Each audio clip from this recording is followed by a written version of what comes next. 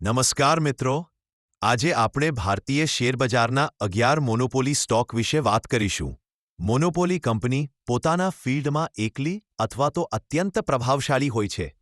આવી કંપનીઓના હરીફો બહુ ઓછા અથવા તો હોતા જ નથી.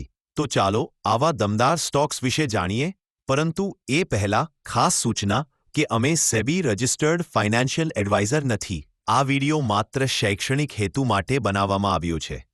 આ વિડિયોમાં જણાવાયેલા વિચારો અમારા અંગત અભિપ્રાયો છે. કોઈ પણ રોકાણ કરતા પહેલા તમારા નાણાકીય સલાહકારની સલાહ અવશ્ય લો. આજનો પ્રથમ મોનોપોલી સ્ટોક છે CDSL. CDSL એ ભારતની એક ડિપોઝિટરી કંપની છે. આ કંપની શેર માર્કેટમાં રોકાણ કરવાવાળા લોકોના ડીમેટ એકાઉન્ટને સંભાળે છે. ભારતમાં માત્ર 2 જ કંપનીઓ છે જે ડિપોઝિટરીનું કામ કરે છે, NSDL અને CDSL. જે પૈકી માત્ર CDSL માર્કેટમાં લિસ્ટેડ છે અને 60% માર્કેટ શેર ધરાવે છે. ભારતમાં શેર માર્કેટમાં રોકાણ કરનારા લોકોની ટકાવારી વિકસિત દેશોની તુલનામાં ખૂબ ઓછી છે. જેમ જેમ ભારતના શેરબજારમાં રોકાણ કરનારાનું પ્રમાણ વધશે, તેમ તેમ આ કંપનીને ફાયદો થશે. તો ચાલો હવે બીજા મોનોપોલી સ્ટોક વિશે જાણકારી મેળવીએ. આ સ્ટોક છે ITC. ITC ભારતની એક મુખ્ય FMCG કંપની છે, પરંતુ આ કંપની સિગારેટના ક્ષેત્રમાં મોનોપોલી ધરાવે છે અને સિગારેટ માર્કેટમાં લગભગ 75% માર્કેટ શેર આ કંપનીનો છે. ભારતમાં સિગારેટના ક્ષેત્રમાં ભારે ટેક્સ, રેગ્યુલેશન અને લાયસન્સની અઘરી પ્રક્રિયાના કારણે કોઈ પણ નવી કંપની આ ફિલ્ડમાં સરળતાથી આવી નથી શકતી. સિગારેટ ફિલ્ડમાં ખૂબ સારી મોનોપોલી ઉપરાંત આ કંપની FMCG સેક્ટરમાં પણ શાનદાર રીતે કામ કરે છે. આજનો ત્રીજો મોનોપોલી સ્ટોક છે પીડેલાઇટ લિમિટેડ. પીડેલાઇટ કંપની એડેસિવ્સ, વોટરપ્રૂફિંગ અને કન્સ્ટ્રક્શન કેમિકલના સેક્ટરમાં કામ કરે છે. ભારતના એડેસિવ્સના માર્કેટમાં આ કંપની 70%થી વધારે માર્કેટ શેર ધરાવે છે. આ કંપનીના ફેવિકોલ, ફેવિક્વિક, ડોક્ટર ફિક્સિટ અને M-શીલ જેવા બ્રાન્ડ્સ ખૂબ લોકપ્રિય છે. આ કંપની ફંડામેન્ટલી રીતે પણ ખૂબ જ મજબૂત છે. અન્ય કોઈ પણ મોટી કંપની આ ક્ષેત્રમાં નથી, જેથી લાંબા ગાળે આ કંપની રોકાણ માટે બેસ્ટ સાબિત થઈ શકે છે. આજનો ચોથો મોનોપોલી સ્ટોક છે Praj industries. Praj industries biofuel અને બાયોઇથેનોલના ક્ષેત્રમાં કામ કરે છે. ભારતમાં બાયોઇથેનોલ પ્લાન્ટના નિર્માણમાં 60% હિસ્સો આ કંપની ધરાવે છે. ભારત સરકારની નીતિને કારણે પેટ્રોલમાં 20% ઇથેનોલ મિક્સ કરવાનું લક્ષ્ય છે, જેનો સીધો ફાયદો આ મોનોપોલી કંપનીને થશે. આ કંપની ભારત ઉપરાંત વિદેશોમાં પણ બાયોફ્યુઅલ પ્લાન્ટનું નિર્માણ કરે છે. કંપનીના ફંડામેન્ટલ્સ પણ ખૂબ મજબૂત છે. આજનો પાંચમો monopoly stock Asahi India glass છે. Asahi India glass company automobile અને આર્કિટેક્ચરલ ગ્લાસનું ઉત્પાદન કરે છે. ખાસ કરીને ઓટોમોબાઈલ સેક્ટરમાં ઉપયોગમાં લેવાતા ગ્લાસના ઉત્પાદનમાં આ કંપનીની મોનોપોલી છે. આ ક્ષેત્રમાં 70%થી પણ વધારે માર્કેટ શેર ધરાવે છે.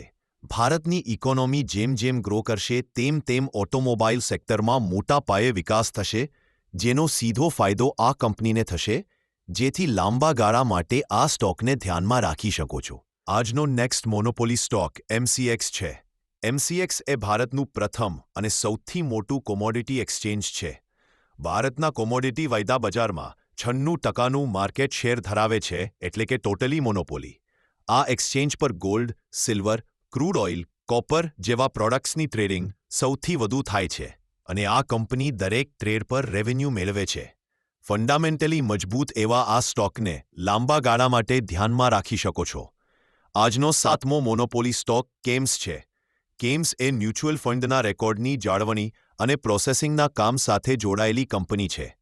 આ ક્ષેત્રમાં 70% હિસ્સો આ કંપની ધરાવે છે. ભારતમાં સતત મ્યુચ્યુઅલ ફંડમાં રોકાણ વધી રહ્યું છે. સાથે આ કંપનીનું બિઝનેસ મોડેલ એસેટ લાઇટ અને હાઈ માર્જિનવાળું છે, જેથી આ કંપનીનું ભવિષ્ય શાનદાર જોવા મળી રહ્યું છે. તો લાંબા ગાળા માટે આ સ્ટોકને પોતાની વોચ લિસ્ટમાં રાખી શકો છો. આજનો આઠમો મોનોપોલી સ્ટોક IRCTC છે. IRCTC એ ભારતીય રેલવે ટિકિટ, કેટરિંગ અને ટુરિઝમના ક્ષેત્રમાં કામ કરે છે. ખાસ કરીને રેલવે ટિકિટ બુકિંગમાં આ કંપની 100% મોનોપોલી ધરાવે છે. દરેક ઓનલાઈન બુકિંગ પર કંપનીને કમિશન મળે છે. IPO બાદ આ સ્ટોકે શાનદાર રિટર્ન આપેલ છે. ટિકિટ બુકિંગ ઉપરાંત કેટરિંગ અને રેલવેને લગતા પર્યટન પેકેજમાં પણ આ કંપની કામ કરે છે. આજનો નવમો મોનોપોલી સ્ટોક ડિફેન્સ સેક્ટર સાથે જોડાયેલો છે. HAL એટલે કે હિન્દુસ્તાન એરોનોટિક લિમિટેડ. આ કંપની મુખ્યત્વે ભારતીય સૈન્ય માટે એરક્રાફ્ટ્સ અને હેલિકોપ્ટરના ઉત્પાદન સાથે જોડાયેલી છે. આ ક્ષેત્રમાં મોનોપોલી ધરાવે છે. ખાસ કરીને આત્મનિર્ભર ભારત યોજના અંતર્ગત ભારતીય સરકાર તરફથી મોટા પાયે આ કંપનીને ઓર્ડર મળેલ છે. આ ઉપરાંત હાલના સંજોગોમાં ભારત પાકિસ્તાન અને અન્ય પડોશી દેશો સાથેના તણાવને લીધે ભવિષ્યમાં ડિફેન્સ બજેટમાં વધારો થવાની શક્યતા છે. આ બાબતે ડિફેન્સ સેક્ટર અંગે ગહન વિશ્લેષણ માટે વિડિયો બનાવેલ છે, જે જોવા માટે આઈ બટન પર ક્લિક કરો. આજનો 10મો મોનોપોલી સ્ટોક કોલ ઇન્ડિયા છે. કોલ ઇન્ડિયા એક કોલસાના ખનન સાથે જોડાયેલ કંપની છે, જે ભારતની સૌથી મોટી PSU કંપની છે. ભારતના કુલ કોલસાના 80%થી વધારે હિસ્સો આ કંપની ઉત્પાદન કરે છે. ભારતના લગભગ દરેક થર્મલ પાવર સ્ટેશન આ કંપની પાસેથી કોલસો ખરીદે છે. આ કંપની સરકારી નિયંત્રણમાં હોવા છતાં સારો એવો પ્રોફિટ પ્રાપ્ત કરે છે. સાથે સાથે આ કંપની પોતાના રોકાણકારોને સતત ડિવિડન્ડ પણ આપવા માટે જાણીતી છે. આજનો લાસ્ટ મોનોપોલી ધરાવતો સ્ટોક હિન્દુસ્તાન ઝિંક લિમિટેડ છે. હિન્દુસ્તાન ઝિંક એ ઝિંક અને સિલ્વર એટલે કે ચાંદીના ઉત્પાદન સાથે જોડાયેલી કંપની છે. આ કંપની ભારતમાં ઝિંકના ઉત્પાદનમાં 80% આસપાસ માર્કેટ શેર ધરાવે છે.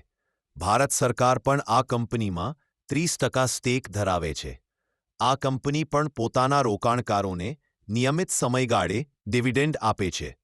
ફંડામેન્ટલી મજબૂત એવી આ કંપનીને તમે લાંબા ગાળા માટે ધ્યાનમાં રાખી શકો છો. તો મિત્રો, આજના વિડીયોમાં આપણે કુલ 11 કંપનીઓના સ્ટોક્સની જાણકારી મેળવી, જે પોતાના સેક્ટરમાં મોનોપોલી ધરાવે છે. આ સ્ટોક્સ પૈકી કયો સ્ટોક તમારા પોર્ટફોલિયોમાં પહેલેથી જ છે એ જણાવજો. સાથે આગામી વિડીયો માટે સજેશન પણ આપી શકો છો. વિડીયોને લાઇક કરો અને સસ્તા અને સારા સ્ટોક્સ શોધતા મિત્રોને જરૂરથી શેર કરો. આવી જ શેર માર્કેટને લગતી માહિતી માટે ચેનલને સબસ્ક્રાઇબ કરો. જય હિન્દ.